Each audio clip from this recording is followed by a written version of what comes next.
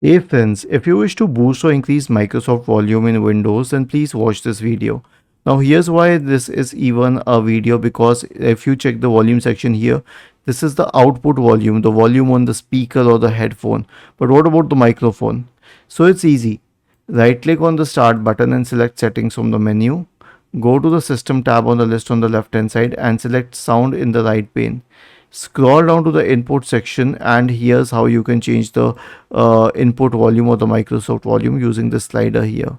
Okay, as you can see, my volume is also changing a little.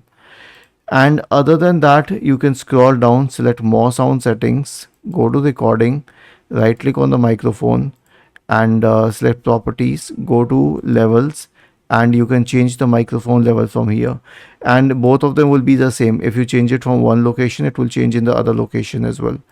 Was this helpful? If yes, then please subscribe to the channel, and if not, then let us know in the comment section of the video on how we could help you further. Thank you for watching this video and have a nice day.